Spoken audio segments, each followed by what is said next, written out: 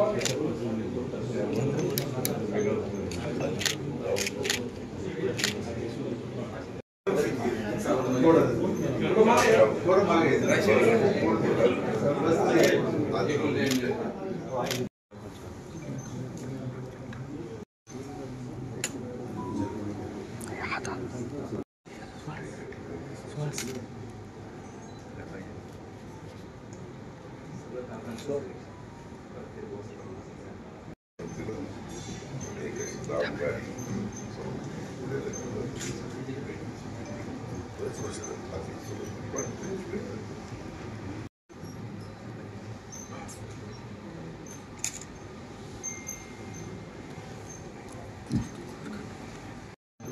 Life होऊन गेली, मला ठेवावंच लागलं.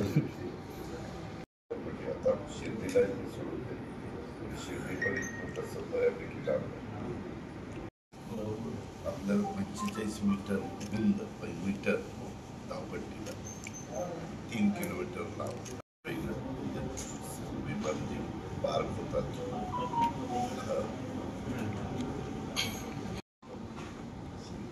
देवस्थानची कल्पना ठीक आहे. साधारण माझं चाललंय की प्रत्येक जिल्ह्यात डबल फ्लायओव्हर वगैरे सगळ्या मंजुऱ्या दिल्या त्याचं आपल्याकडेच काम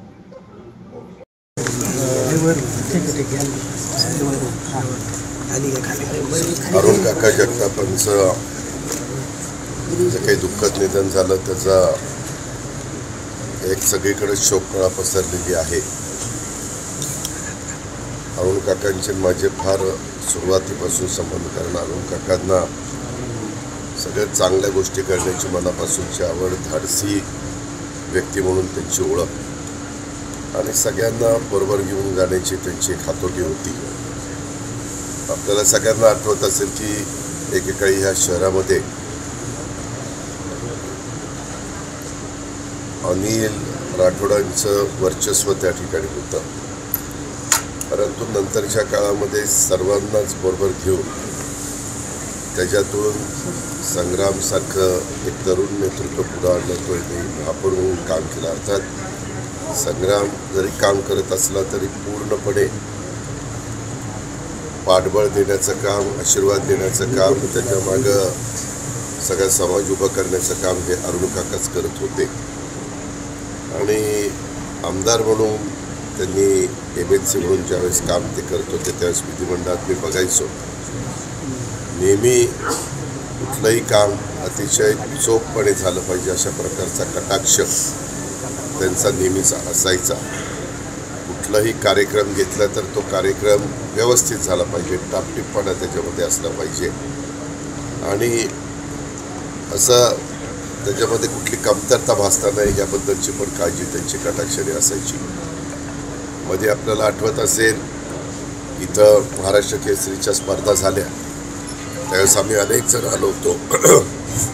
त्यावेळेस काका पहिल्या तिकडच्या घरी राहत होते. त्यावेळेस मला म्हणलं की दादा आता एक नवीन बंगला बांधतोय आणि तिथं आम्ही थोडेच दिवसात शिफ्ट होणार आहोत आणि तिथं तुम्हालाही ते आवडेल, कारण मलाही सगळ्यांना माहिती आहे, मलाही नीटनेटक्या घर, ऑफिस व्यवस्थित, टापटीपणा, स्वच्छता या सगळ्या गोष्टीची मला पहिल्यापासूनची आवड आहे, सवय.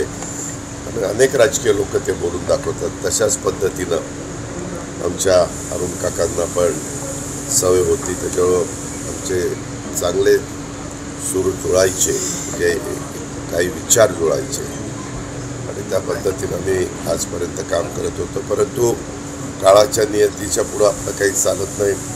इतक्या लवकर अरुण काका सोडून जातील. मला तर त्यांनी सांगितलेलं होतं की पुढच्या वेळेस आल्यानंतर आम्ही वास्तूक शांती लवकर करणार आहे, मग नंतर आपण तिथं एक कार्यक्रम करू.